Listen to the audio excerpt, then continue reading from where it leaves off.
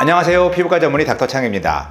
여러분들 헤어라인 보톡스 또는 두피 보톡스라고 들어보셨나요? 여러분들 보톡스 하면 주름을 펴는 이마주름, 미간주름, 눈가주름 이러한 부위에 보톡스를 맞는 것은 어느 정도 피부과 시술에 관심이 있는 분들은 잘 알고 계실 텐데요. 좀 드물지만 보톡스를 맞는 부분들도 있습니다. 특히 아래쪽으로 턱라인 보톡스라든지 입꼬리 보톡스, 그다음에 콧등 보톡스, 윗입술 보톡스와 같은 보톡스가 있고 저도 전에 영상에서 말씀드렸던 적이 있습니다. 하지만 오늘은 이와 달리 헤어라인 보톡스라고 해서 이마를 살짝 리프팅 해줄 수 있는 그러한 보톡스 시술에 대해서 말씀을 드리도록 하겠습니다.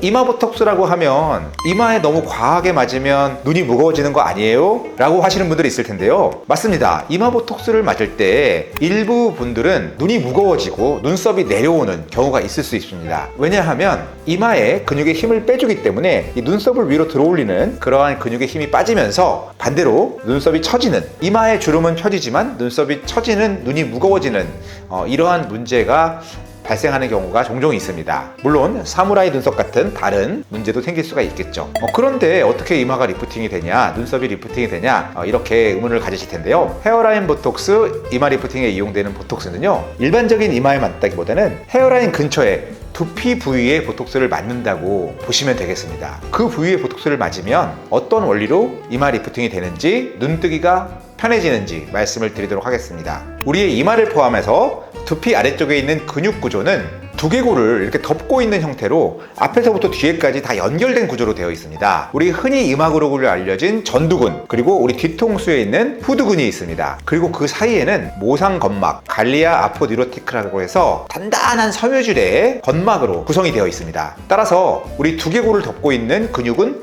앞에 있는 전두근과 뒤에 있는 후두근이 연결되어 있다고 볼 수 있는데요. 헤어라인 보톡스는 일반적인 이마 보톡스와는 다르게 두피 쪽으로 주사를 놔서 두피를 앞쪽으로 당기고 있는 근육의 힘을 빼주게 됩니다. 따라서 후두근의 힘이 더 작용을 하게 돼서 이마를 뒤로 당기게 하는 효과가 나타나게 되는 것이죠. 따라서 두피를 앞쪽으로 내리는 힘을 빼고 뒤쪽으로 올려주는 힘을 강화시켜주는 것입니다. 이렇게 되면 당연히 우리 이마는 위쪽, 뒤쪽으로 이동을 하게 되겠죠.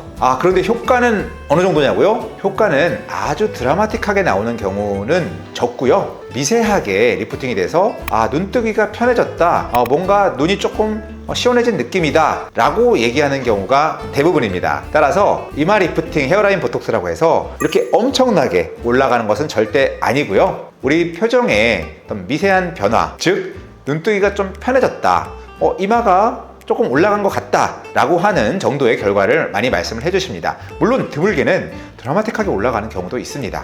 하지만 그 정도를 기대하고 맞는 것은 실망할 가능성이 크기 때문에 미세한 변화지만 눈이 무겁고 이마가 처졌다고 생각할 때 한번 시도해 볼 수 있는 그런 방법이 될 수 있겠습니다. 주의사항으로는 헤어라인 보톡스를 맞으면서 그 보톡스가 확산돼서 아래쪽으로 내려와서 어떤 이마에 영향을 주게 되면 역시 이마가 무거워질 수도 있는 가능성이 있기 때문에 꼭 주의해서 이마의 근육을 파악하고 적절한 용량을 주사하는 것이 중요하다고 볼 수가 있겠습니다.